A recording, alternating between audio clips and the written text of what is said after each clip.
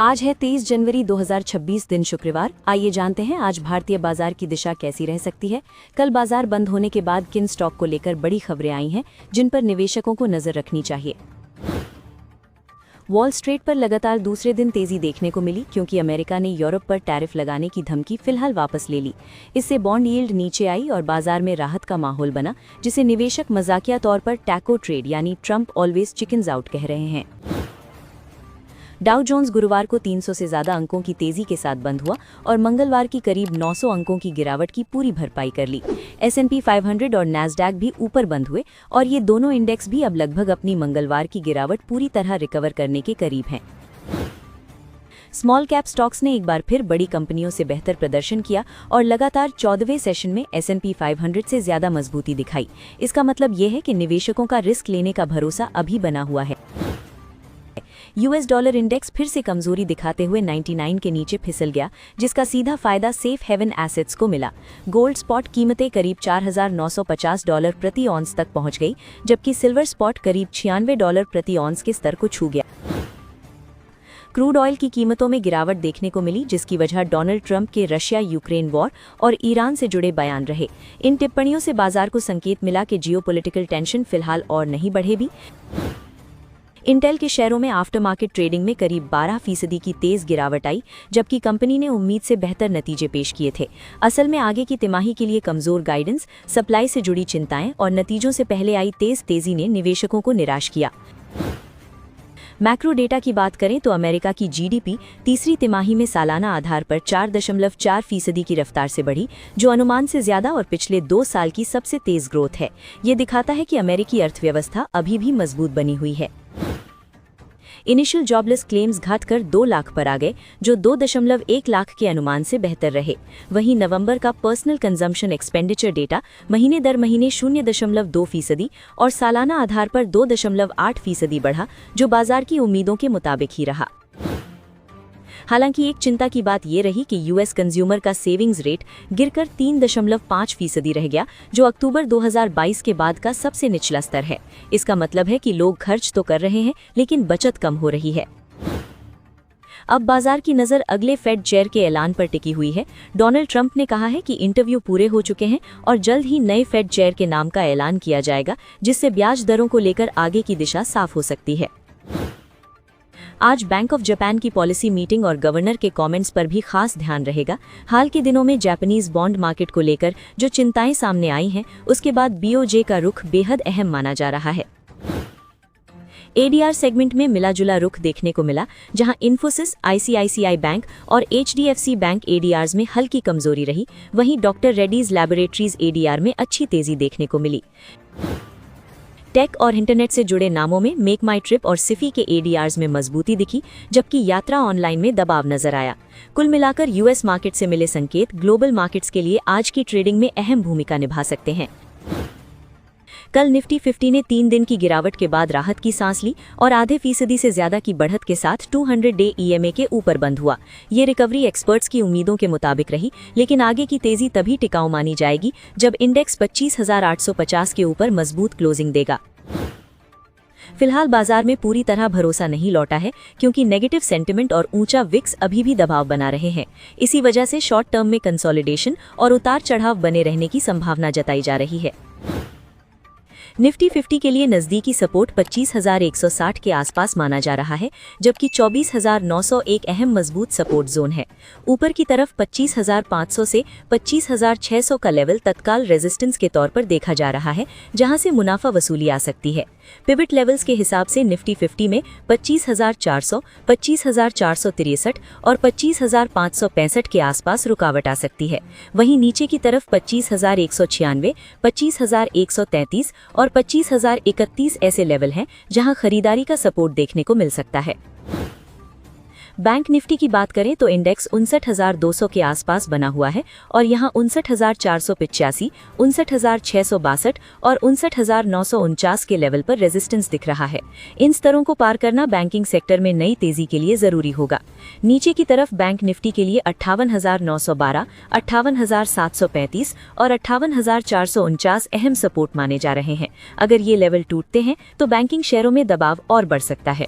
Fibonacci retracement के आधार पर bank Nifty में 59,356 और 59,612 के पास रेजिस्टेंस नजर आ रहा है।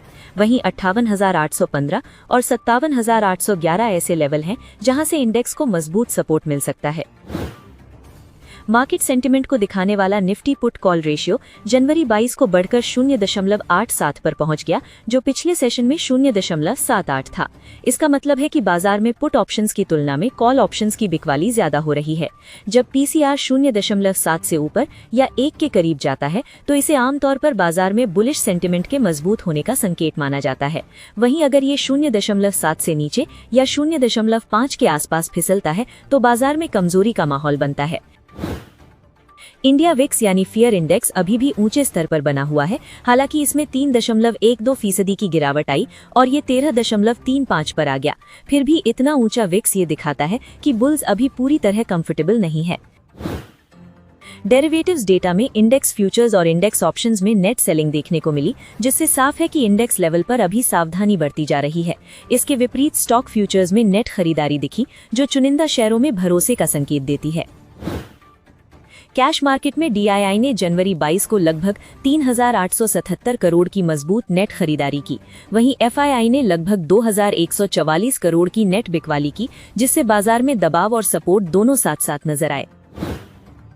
अब बात करते हैं उन स्टॉक्स की जिन पर कल बाजार बंद होने के बाद बड़ी अपडेट्स निकल कर आई थी, जिनका असर आज भारतीय बाजार में इनके स्टॉक्स पर देखने को मिल सकता है। इसलिए निवेशकों को इन सभी स्टॉक्स पर नजर बनाए रखनी चाहिए। इंडिगो की तीसरी तिमाही में मुनाफे पर जोरदार दबाव देखने को मिला, जहां नेट प्रॉफिट सालाना आधार पर 77.5% गिरकर 550 करोड़ रुपए रह गया। हालांकि कंपनी की फ्लाइट डिमांड बनी रही, इसी वजह से रेवेन्यू 6.2% बढ़कर 23,471 करोड़ रुपए तक पहुंचा।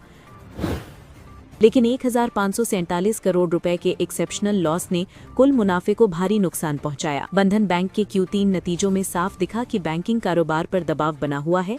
बैंक का नेट प्रॉफिट 51.6% गिरकर 205.6 करोड़ रुपए रह गया और नेट इंटरेस्ट इनकम भी 4.5% घट गई, जिससे कमाई की रफ्तार धीमी पड़ती नजर आई। आईटी सर्विसेज कंपनी एम्फेसिस के नतीजे मिले जुले रहे, जहां नेट प्रॉफिट तिमाही आधार पर 5.7% घटकर 442 करोड़ रुपए रह गया। अच्छी बात यह रही कि रेवेन्यू में 2.6% की बढ़त दिखी और ऑपरेटिंग लेवल पर ईबिट बढ़ने से ये संकेत मिला कि बिजनेस स्टेबिलिटी बनी हुई है। इंजीनियरिंग सर्विसेज कंपनी साइंट के मुनाफे में तिमाही आधार पर 28% की तेज गिरावट आई और नेट प्रॉफिट 91.8 करोड़ रुपए पर आ गया। इसके बावजूद कंपनी का ऑपरेटिंग प्रदर्शन बेहतर रहा। ईबिट में अच्छी बढ़त और मार्जिन में सुधार ने मैनेजमेंट की एफिशिएंसी को दिखाया। सरकारी तेल और गैस कंपनी ONGC ने बताया है कि वो प्राइवेट प्लेसमेंट के जरिए भारत एथेन IFSC कंपनियों में 50% हिस्सेदारी खरीदेगी। इस कदम को कंपनी के गैस और पेट्रोकेमिकल से जुड़े कारोबार को मजबूत करने की रणनीति के तौर पर देखा जा रहा है। रियल एस्टेट कंपनी DLF के तीसरी तिमाही के नतीजे मजबूत रहे, जहां नेट प्रॉफिट 13.7% बढ़कर 1,203 करोड़ रुपए पहुंच गया और रेवेन्यू में 32.2% की तेज ग्रोथ देखने को मिली। हालांकि बढ़ती लागत की वजह से ईबिटा और मार्जिन पर दबाव नजर आया। NTPC ग्रीन एनर्जी ने उत्तर प्रदेश सरकार के साथ एक अहम MOU साइन किया है, जिसके तहत राज्य में रिन्यूएबल एनर्जी और ग्रीन हाइड्रोजन प्रोजेक्ट्स पर काम होगा। ये डील भारत के ग्रीन एनर्जी ट्रांजिशन की दिशा में बड़ा कदम मानी जा रही है। होम फर्स्ट फाइनेंस के Q3 नतीजे काफी मजबूत रहे, जहां नेट प्रॉफिट सालाना आधार पर 44% बढ़कर 140.2 करोड़ रुपए हो गया। साथ ही नेट इंटरेस्ट इनकम में भी 44% की बढ़त दिखी, जो कंपनी के तेजी से बढ़ते लोन बिजनेस को दर्शाता है। कॉन्ट्रैक्ट रिसर्च और मैन्युफैक्चरिंग कंपनी सिंजेन के लिए ये तिमाही कमजोर साबित हुई, जहां नेट प्रॉफिट 88.5% गिरकर सिर्फ 15 करोड़ रुपए रह गया। रेवेन्यू और ऑपरेटिंग दोनों में गिरावट आई, जिससे साफ है कि ऑपरेशनल चुनौतियां बढ़ी हैं। सूर्योदय स्मॉल फाइनेंस बैंक के नतीजों में मुनाफे और आय में हल्की बढ़त जरूर दिखी, लेकिन एसेट क्वालिटी चिंता का विषय बनकर उभरी। नेट NPA और ग्रॉस NPA दोनों बढ़े हैं, जो आगे के लिए बैंक पर दबाव बना सकते हैं। प्रीमियर एनर्जीज की तीसरी तिमाही शानदार रही, जहां मुनाफा सालाना आधार पर 54% बढ़ा और रेवेन्यू में भी 13% की ग्रोथ देखने को मिली। ईबिटा और मार्जिन में सुधार से कंपनी की मजबूत ऑपरेटिंग स्थिति साफ नजर आती है। अडानी टोटल गैस के नतीजों में मुनाफे में हल्की गिरावट दिखी, लेकिन ऑपरेशनल परफॉर्मेंस स्थिर रही। रेवेन्यू और ईबिटा में बढ़त के साथ कंपनी ने मार्जिन को 20.3% पर बनाए रखा, जो गैस बिजनेस के लिए पॉजिटिव संकेत है। आइज़ेगो की parent company Le Travenues technology के Q3 नतीजे मजबूत रहे, जहां नेट प्रॉफिट 56.13% बढ़कर 24.2 करोड़ रुपए पहुंच गया। रेवेन्यू और ईबिटा में अच्छी ग्रोथ के बावजूद मार्जिन में हल्की गिरावट देखने को मिली। टानला प्लेटफॉर्म्स की तीसरी तिमाही में मुनाफे और आय दोनों में दोहरे अंकों की ग्रोथ दर्ज की गई। ईबिटा में 17% की बढ़त और मार्जिन में सुधार ये दिखाता है कि कंपनी का डिजिटल कम्युनिकेशन बिजनेस मजबूत बना हुआ है। गुजरात स्टेट पेट्रोनेट के नतीजों में हल्की कमजोरी दिखी, जहां नेट प्रॉफिट और रेवेन्यू दोनों तिमाही आधार पर घटे। हालांकि मार्जिन में मामूली सुधार ये संकेत देता है कि लागत नियंत्रण पर काम किया गया है। इंफ्रास्ट्रक्चर कंपनी अशोका बिल्डकॉन को पब्लिक वर्क्स डिपार्टमेंट दमन से 308 करोड़ रुपए का नया ऑर्डर मिला है। ये ऑर्डर कंपनी की ऑर्डर बुक को मजबूत करेगा और आने वाले समय में रेवेन्यू विजिबिलिटी बढ़ाएगा। शुक्रवार को नतीजों और कॉर्पोरेट एक्शन के चलते करीब 70 कंपनियों में हलचल देखने को मिल सकती है। इनमें 50 से ज्यादा कंपनियां अपनी तिमाही नतीजे पेश करेंगी और 7 कंपनियां नतीजों के साथ डिविडेंड पर भी फैसला कर सकती हैं। Advani hotels and resorts, BPCL और गंधार ऑयल रिफाइनरी की बोर्ड मीटिंग में तीसरी तिमाही के नतीजों के साथ साथ अंतरिम डिविडेंड के ऐलान पर भी विचार किया जा सकता है, जिस पर बाजार की खास नजर रहेगी। Godrej consumer products, Innova Captab, Kirloskar pneumatic और सोना BLW प्रिसिजन फॉर्जिंग्स की बोर्ड मीटिंग में Q3 नतीजों के साथ अंतरिम डिविडेंड के ऐलान पर विचार किया जाएगा। इनके अलावा शुक्रवार को Cipla, IndusInd bank, JSW energy और MCX जैसी बड़ी कंपनियों के नतीजे भी आएंगे, जिनका असर पूरे बाजार की चाल पर दिख सकता है।